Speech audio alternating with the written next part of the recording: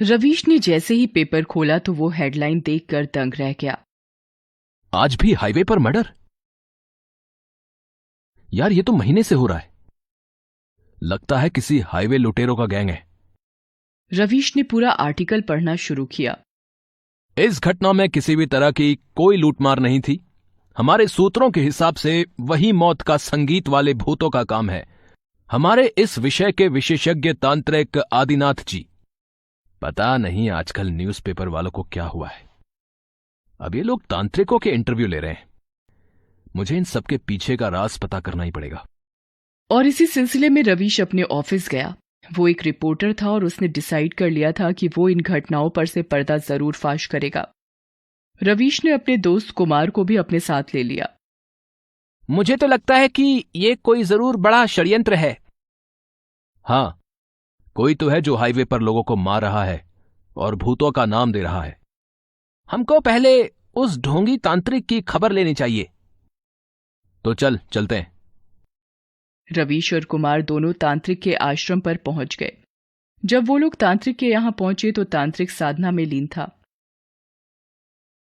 उसने आंखें बंद करके ही बोला, रवीश, मैं तुम्हारा ही इंतजार कर रहा था। आपको मेरा नाम कैसे पता है? मुझे तो यह भी पता था कि तुम कुमार को साथ लेकर आओगे। रवीश और कुमार दोनों थोड़े दंग थे। पर कैसे? सबकी अपनी अपनी सिद्धि है। जैसे तुम लोग अपने काम में माहिर हो, मैं अपने काम में हूं। रवीश, तुम्हारी जिज्ञासा तुम्हें यहां खींच लाई है। तुम्हें भूत प्रेतों पर बिल्कुल भी यकीन नहीं है, पर अब तुम्हारा नजरिया बदलेगा। और कुमार, तुम तो हर लड़की पे बुरी नजर डालते हो। तुम्हें तो सावधान रहने की जरूरत है। मैं समझा नहीं। समझ जाओगे। बाबा, आप तो इतने बड़े ज्ञानी हो, तो ये बताइए, आखिर हाईवे पर आधी रात को होता क्या है? अमावस की रात जैसी ही घड़ी में 12 बजते हैं, हाईवे पर अचानक सुरों की तान छिड़ती है। पूरा वातावरण संगीत में हो जाता है। संगीत नहीं, माया है माया। इस संगीत में लोग रम जाते हैं और संगीत की ओर खिंचे चले जाते हैं। पर जैसे ही कोई अपनी गाड़ी से नीचे उतरा, बस उसका अंत निश्चित है। रूपा नहीं छोड़ेगी। रूपा और उसके माता पिता का भूत उसी हाईवे पर शिकार करते हैं।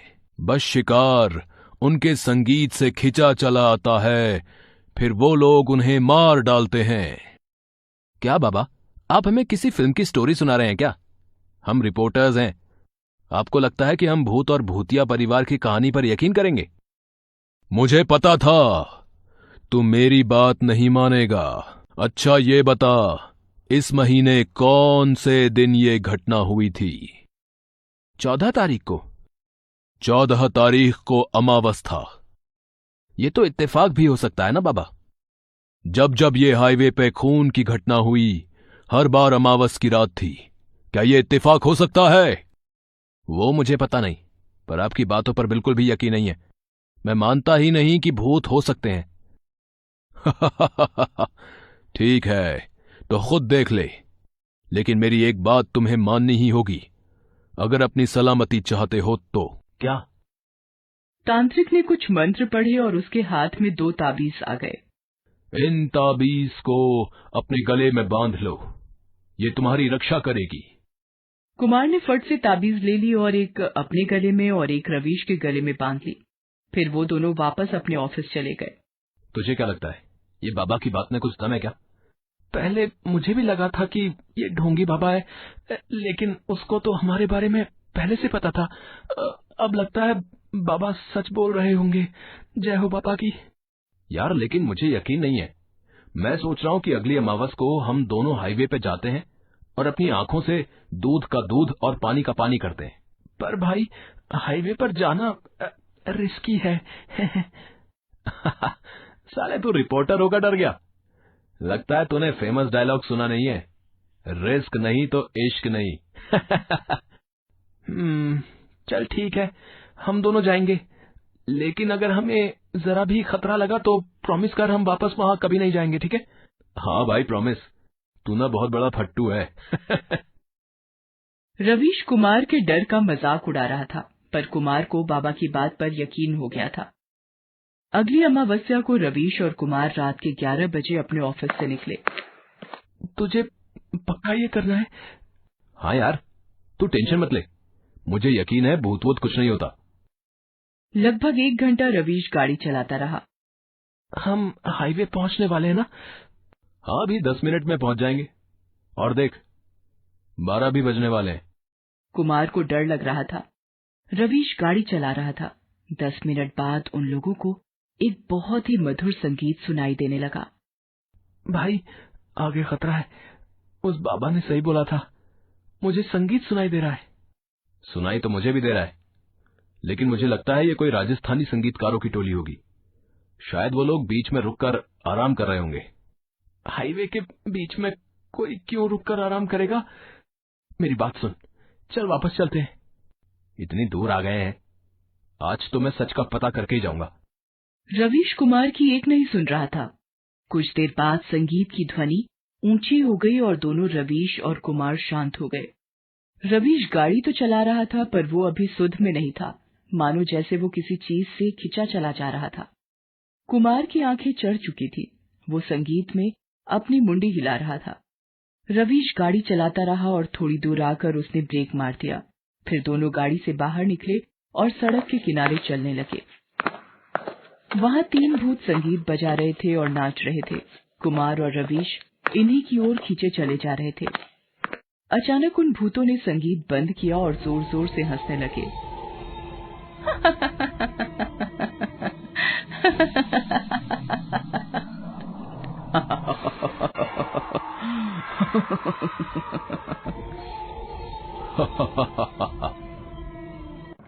हंसी से रवीश और कुमार को होश आया।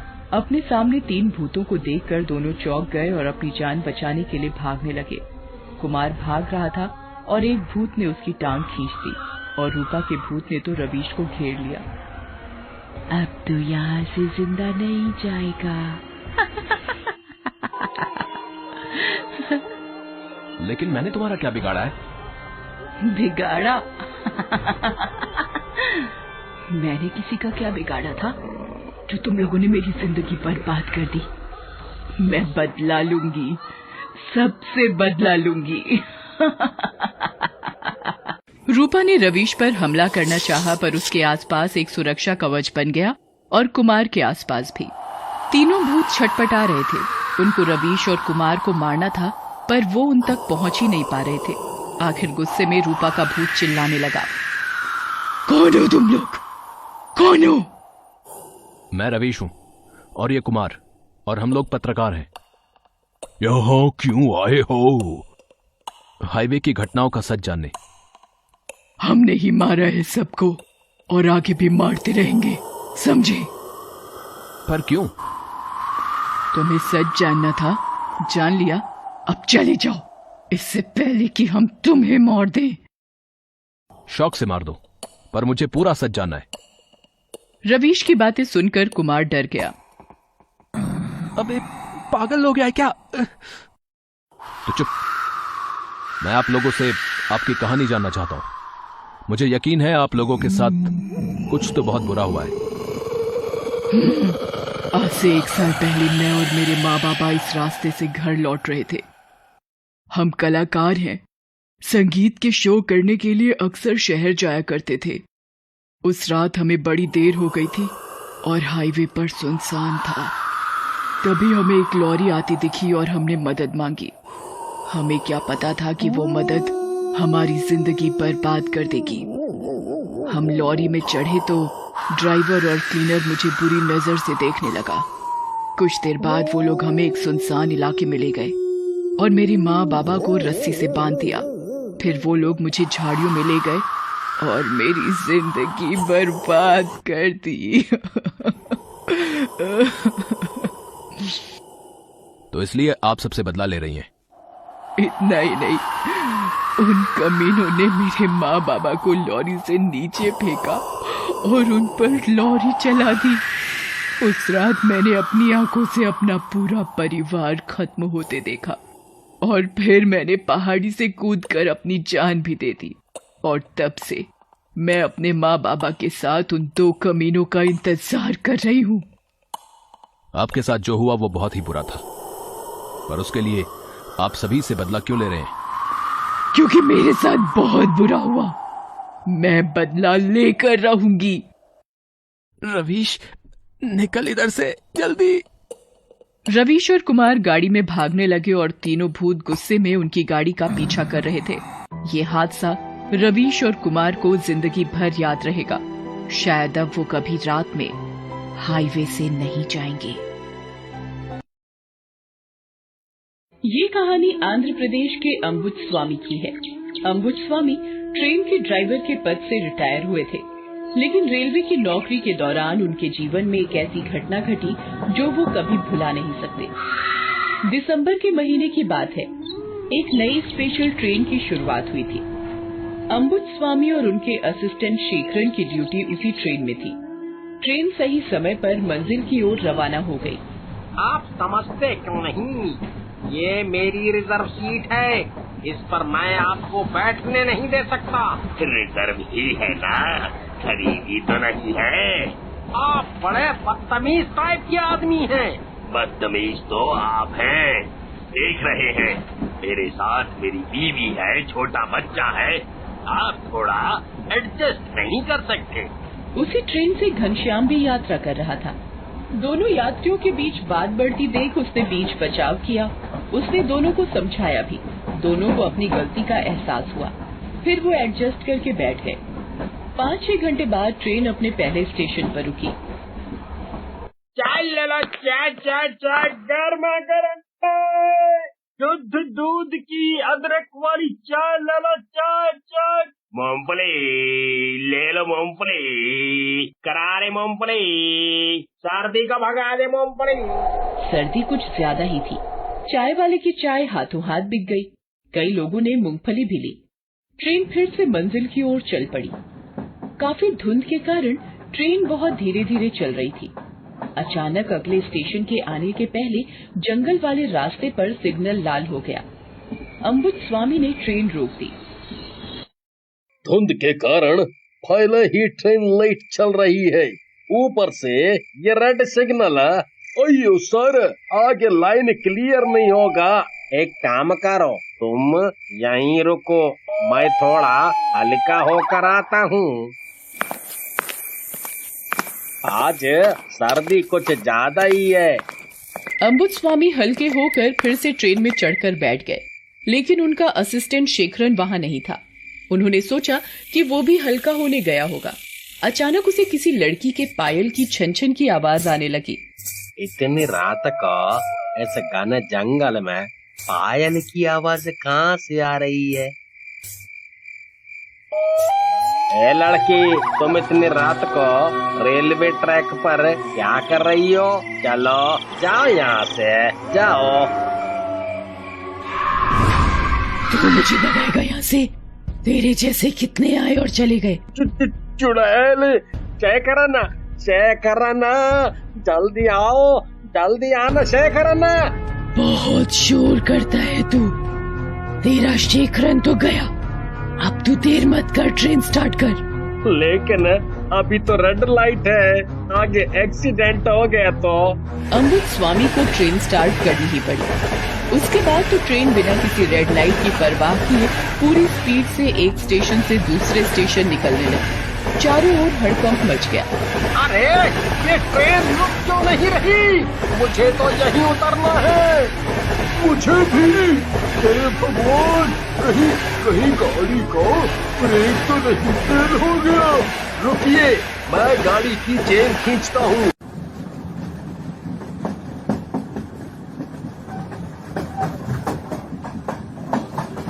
किसी की समझ में कुछ नहीं आ रहा था कि वो क्या करे। ट्रेन भी इतनी स्पीड में थी कि कोई ट्रेन से कूदने के बारे में सोच भी नहीं सकता था।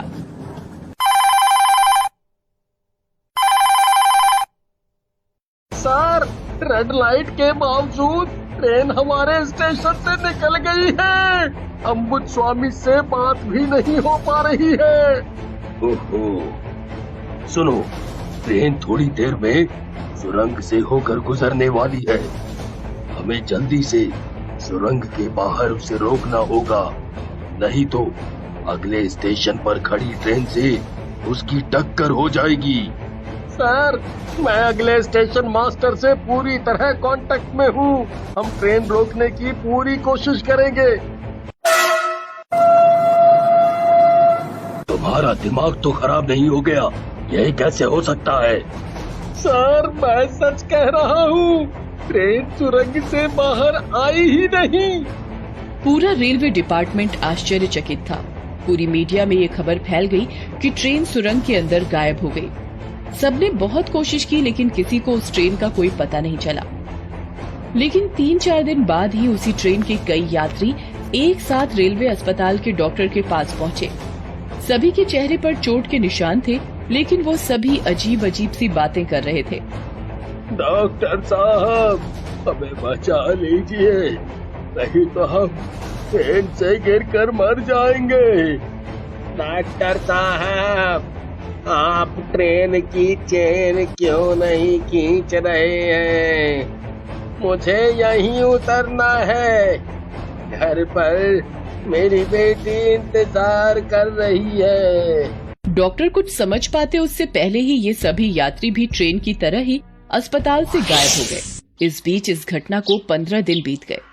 एक रात वही स्टेशन मास्टर ड्यूटी पर था, तभी उसे फिर से वही ट्रेन सुरंग में घुसती दिखाई दी, लेकिन इस बार भी ट्रेन बाहर नहीं निकली। धीरे धीरे लोग उस सुरंग को भूतिया बुलाने लगे, लेकिन उस रास्ते से ट्रेनों का चलना बंद नहीं हुआ। एक रात स्टेशन मास्टर को किसी के कराहने की आवाज सुरंग के पास से आई। कौन है भाई? कौन है वहाँ? स्टेशन मास्टर साहब, मैं हूँ अंबुजा स्वामी। अरे, तुम तो उस स्पेशल ट्रेन के ड्राइवर हो ना, जो गायब हो गई? वो ट्रेन एक चुड़ैल के जंगल में है, उसने सभी को मार दिया। सिर्फ मैं और ये लड़का घनश्याम बचे हैं। उस रात ट्रेन के सुरंग में घुसने के पहले ही हमें सुरंग के बाहर खूब सारा धुआं दिखा। एक अजीब सा शोर भी हमारे कान में पड़ रहा था। ऐसा लग रहा था कई सारा लोग एक साथ रो रहे हैं। पता नहीं हमें कहां से हिम्मत आई और हम ट्रेन से कूद गए। उस रात की घटना और चुड़ैल के बारे में बताते बताते दोनों बेहोश हो गए। स्टेशन मास्टर जल्दी से पानी लेकर आया और उनके ऊपर छिड़का, तब जाकर उन्हें होश आया। स्टेशन मास्टर जी, आप जल्दी से लालटेन या मशाल और केरोसिन तेल की व्यवस्था कर दीजिए। वो चुड़ैल अब भी इसी सुरंग में है। वो फिर से किसी ट्रेन को गायब करके उसके सारे यात्रियों को मार कर खाना चाहती है। हमें जल्दी से जल्दी उस सुरंग के अंदर ही उसको मारना होगा। स्टेशन मास्टर ने पास के गांव वालों की मदद से सारी व्यवस्था कर ली और फिर सुरंग के दोनों सिरे पर आग लगा दी गई।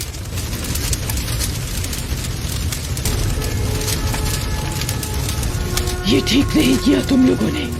मैं छोड़ूंगी नहीं छोड़ूंगी किसी को।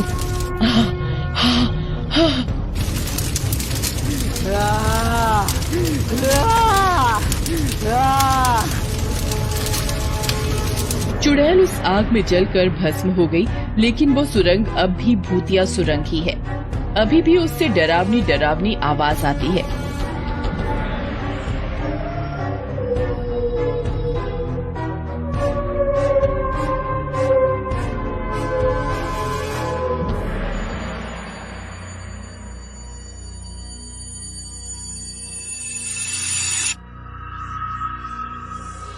रेलवे ने सभी ट्रेनों का रूट बदलकर दूसरे रूट से ट्रेन चलाने का फैसला ले लिया है।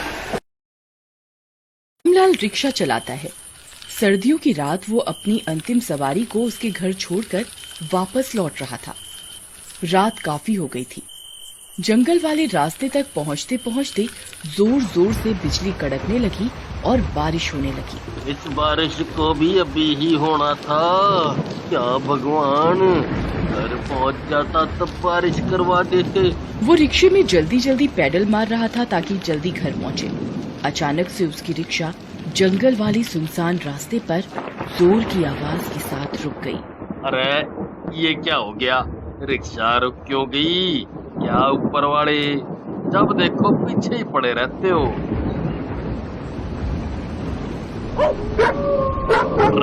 इन कुत्तों का मुझे समझ नहीं आता। रात होते ही भैं भैं करके रोने लगते हैं। रात सुनसान सड़क और ऊपर से जंगल का रास्ता, डर के मारे बस ये हालत खराब है। ऊपर से कुत्ते। रुक जाओ, अभी बताता हूँ इनको मैं। रामलाल ने पत्थर तो कुत्ते को मारा था, लेकिन दूर से किसी औरत के चीखने की आवाज आती है। यो तो किसी औरत की आवाज है। इतनी रात को इस सुनसान जगह पर औरत कहाँ से आ गई? कहीं मेरे पत्थर से उसे चोट तो नहीं लगी? अरे मुझे देखना होगा। वहाँ पहुंचकर रामलाल ने जो देखा वो सोच में पड़ गया। वहाँ एक गर्भवती औरत अपनी 2 छोटी छोटी बच्चियों के साथ एक बड़े से पत्थर की ओट में छिपी हुई थी। अभी भी तेज बारिश हो रही थी। उसकी दोनों छोटी बच्चियां बिल्कुल खामोश बैठी थी। अरे बहन, तुम लोग यहाँ इस सुनसान इलाके में क्या कर रही हो? भैया, वो हमें यहाँ छोड़ गए हैं। कौन? अरे कौन तुम्हें और तुम्हारे बच्चों को यहाँ छोड़ गया है? मेरा पति, मेरी सास और मेरे ससुर। ओहो, पागल वागल तो नहीं है वो लोग जो तुम्हें और तुम्हारी बच्चियों को यहाँ छोड़ गए? चलो चलो, मैं तुम लोगों को तुम्हारे घर छोड़ देता हूँ। घर? हमारा घर तो यही है अंकल। पिछले 15 सालों से हम यहीं रहते हैं। तुम दोनों तो बहुत ही छोटी हो, लेकिन कह रही हो 15 सालों से यहीं रह रही हो। वो झूठ नहीं कह रही। उनकी बात माननी है तो मानो, नहीं तो भागो यहाँ से। अरे वो औरत कहाँ गई? उसकी बच्चियां भी ना है यहाँ। अचानक से वो कहाँ गायब होगी? रामलाल थोड़ी देर उन्हें वहीं इधर उधर ढूंढता है, लेकिन वो उसे नहीं मिलती। अब बारिश भी बंद होने लगी थी। वो अपने रिक्शे के पास जाता है। उसकी नजर फिर से पिछले पहिए पर जाती है। अरे यो पहिया तो पंचर था, यो ठीक कैसे हो गया? रामलाल वहाँ से वापस घर तो आ गया था, लेकिन उसका मन बिल्कुल भी नहीं लग रहा था। रह रहकर उसके आगे वही गर्भवती औरत और उसकी छोटी छोटी बच्चियों का चेहरा घूम रहा था। आखिर वो औरतें गायब कहाँ हो गईं? मुझे ऐसा क्यों लगता है कि कुछ ना कुछ गड़बड़ है वहाँ। मैं आज रात फिर वहाँ जाऊंगा।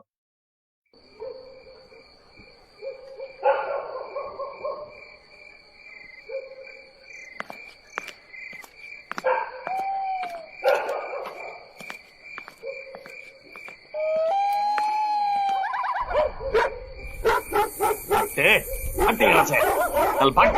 भागता है कि नहीं?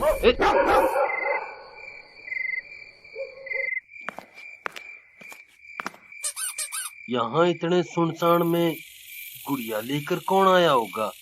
वो मेरी बेटी की गुड़िया है। अरे तुम कहाँ से आ गई? तुम अभी तक यहीं हो, अपने घर नहीं गई? तुम्हें एक बार में बात समझ नहीं आती? यही है घर हमारा। हम कई सालों से यहीं रह रहे हैं। हमारी गुड़िया हमें दे दो अंकल। देखो, हमने तुम्हारा कुछ बिगाड़ा नहीं है। तुम बार बार यहाँ ना आया करो।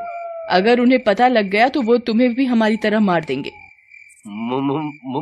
मार देंगे? तुम्हारी तरह मार देंगे? मैं समझा कोनी। तुम लोग तो जिंदा हो। जिंदा?